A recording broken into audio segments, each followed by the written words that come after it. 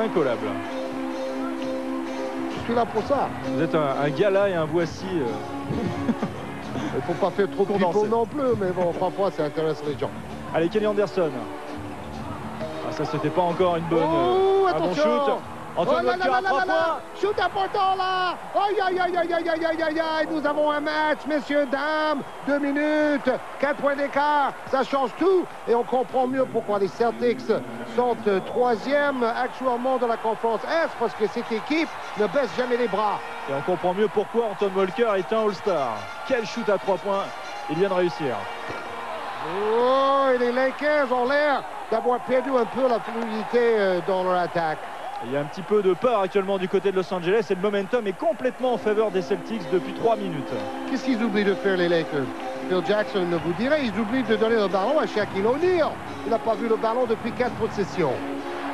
Je crois qu'il a chuté qu'une fois à Shaquille O'Neal dans ce 4e quart-temps, ce qui paraît totalement incroyable. Disons qu'il n'a pas assez chuté dans le match quand on considère qu'il y a 90% de réussite. Alors c'est un tout autre match qui démarre maintenant à 1:35 du buzzer. Si Paul Pierce rentre ses lancers francs, il y aura 2 points d'écart. Alors que Los Angeles se dirigeait tranquillement vers une victoire. Oui, tout était trop facile pour l'équipe de Phil Jackson.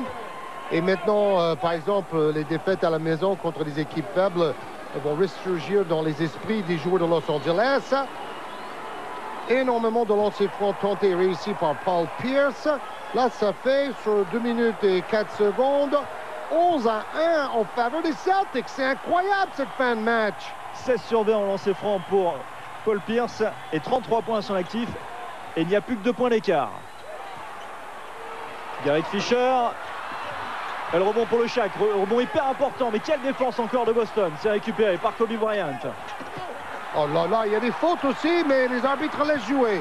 Incroyable, ça redémarre avec Derek Fisher. Qui rate encore. Oh, il a raté plein de paniers tout cuits comme ça. Ah, quelle folie, quelle fin de match. Kenny Anderson qui va aller.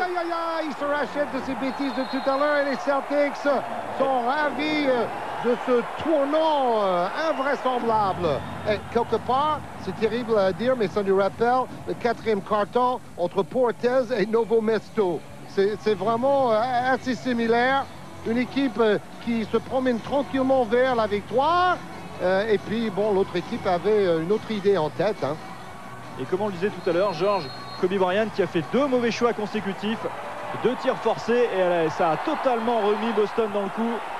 Il n'y a pas que lui, hein, parce que les autres joueurs n'arrivent pas à servir Shaquille O'Neal non plus. La défense passe devant O'Neal, c'est difficile de lui donner le ballon. Kobe Bryant, et qui nous fait mentir. Quel tir réussi par Kobe Bryant, quelle action. Maintenant, je peux vous dire, les Lakers sont concentrés. Il reste 40 secondes, 2 points d'avance pour Los Angeles.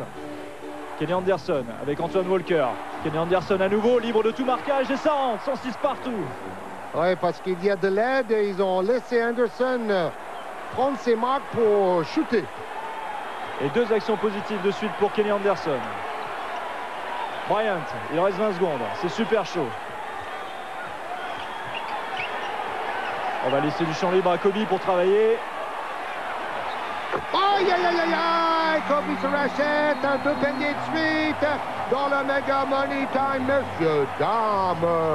À quelle fin de match proposée par les 2 équipes. Duel Kobe Bryant, Kenny Anderson à distance. Et là, duel gagné par Kobe Bryant face à Paul Pierce. Waouh! On s'y attendait pas à une fin de match aussi serrée et aussi passionnante. Remise en jeu pour les Celtics. Avec Kenny Anderson. L'occasion peut-être de passer devant avec un tir à 3 points. Avec Paul Pierce. Oh, qui touche ce ballon? Qui touche ce ballon, monsieur l'arbitre? Georges, si c'est les Lakers, c'est gagné pour Los Angeles. Hein. Non, mais il a donné le ballon aux Celtics. Hein. Ça tombe bien qu'on va pouvoir le revoir. Oh oui, on a vu, c'est Horry avec sa main gauche qu'il a touché en dernier. Bien vu, monsieur l'arbitre. Il reste donc 4 secondes et 2 dixièmes pour trouver une solution de shoot pour les Celtics. 33 points, 8 rebonds, Paul Pierce. Et l'équipe de Boston qui voudrait se renforcer avec l'arrivée de Brian Russell d'Utah. dans un échange qui doit être fait avant la date limite, dans quelques jours, la date limite pour les transferts. Vous avez vu que d'ailleurs Jalen Rose a quitté Indiana en échange pour Ron Mercer. Donc les Bulls ont acquis un bon joueur, Jalen Rose. Remise en jeu Eric Williams avec Antoine Walker à 3 points. Pas possible avec le pénal, je ne sais même pas s'il avait exprès. C'est pas vrai. C'est à pleurer pour les fans des Lakers dans le Staples Center. On l'a souvent critiqué pour ses shoots à 3 points bidons. Alors là, on déséquilibre, on tombe vers sa gauche. Est-ce qu'il a visé vraiment la planche? On ne sait pas. Mais bon, le ballon a touché la planche, a traversé nothing but nylon. Rien que le filet, comme on dit aux États-Unis. Ouh, lolo. Il a peut-être fait exprès, hein? Il a peut-être fait exprès parce qu'il était quand même dans l'angle. En tête de raquette, c'est quasiment jamais réalisable. Alors là, on se demande, est-ce qu'il visait le panier ou la planche? S'il visait la planche, là, vous pouvez vous dire que c'est un grand shooter. Aïe, aïe, aïe, aïe, aïe! Avec ses attitudes de sumo, les Celtics se font une fin de match incroyable. Et pourtant, Robert Torrey, regardez, était dans le coup. Il est sur Antoine Walker, il met la main devant. Mais là, Antoine Walker est trop fort. C'est l'un des shoots de la saison, c'est simple. Ah oui, ça, on le verra dans le top 10 sans aucun problème. En numéro 1 ou en numéro 2. Parce que là, Horry l'a beaucoup gêné avec ses longs bras. Jack Nicholson et son vieux copain qui est toujours là à côté de lui, on ne croit pas leurs yeux. Allez, il reste 1 seconde et 2 dixièmes pour Los Angeles pour gagner ce match. Remise en jeu, Rick Fox. Avec Kobe Bryant pour gagner le match. Oh, dedans! Mais c'est gagné! Mais est-ce que c'était... Attends.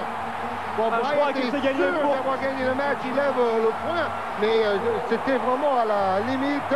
Donc attendons quand même la décision des arbitres. Alors visiblement, George, c'est gagné pour les Lakers. Kobe Bryant en est sûr. Jack Nicholson est dans le doute. Et les arbitres, eux, se consultent. C'est là où il faut absolument avoir la possibilité de faire un arbitrage vidéo. Feinte, 6, 5, ça c'est les dixièmes de seconde. Oh. Et c'est bon, Georges, c'est bon. Attends, je crois que le ballon était encore dans sa main. Hein. Quand il restait un dixième, moi je voyais bien sa main encore en contact avec le ballon. Il faut que le ballon ne soit plus en contact avec sa main ou ses doigts. Ça se joue même à des millièmes de seconde. C'est possible. Et tous les joueurs sont là pour mettre la pression sur les arbitres. Brian dit qu'il faut accorder mon panier, évidemment.